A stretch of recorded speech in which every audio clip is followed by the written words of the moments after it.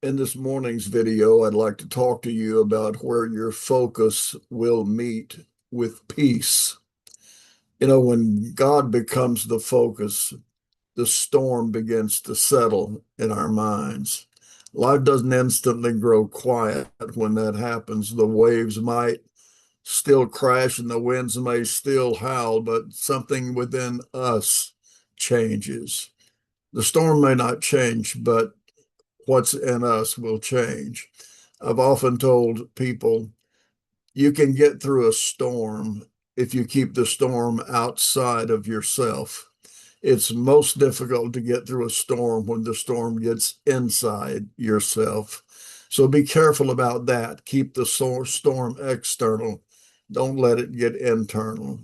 Scripture shows us this truth, I think, when we look at Peter when he walks on the water.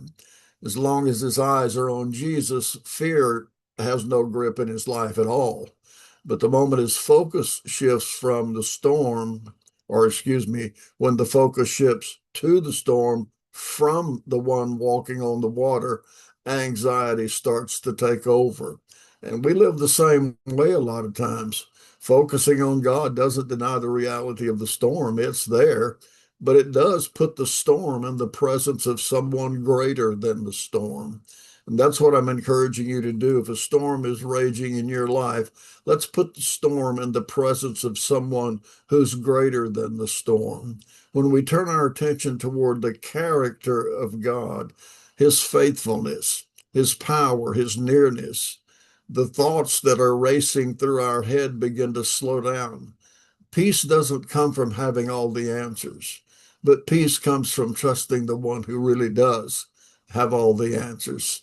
God invites us to bring our worries to him. We're not supposed to carry them alone. When we get into prayer and worship and quiet surrender, our hearts gets, I'll call it steady. It gets steady on the inside.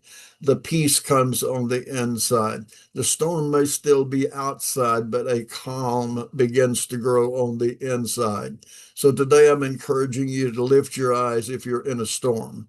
Fix your thoughts on God rather than the chaos that you see all around you. And as you do, you're going to discover that his peace doesn't always stop the storm, but it will anchor your soul in the middle of the storm. And he is our anchor. And I heard a song many years ago, the anchor holds, and it still does, and it always will. To God be the glory today. Remember, no one succeeds alone. No one succeeds alone.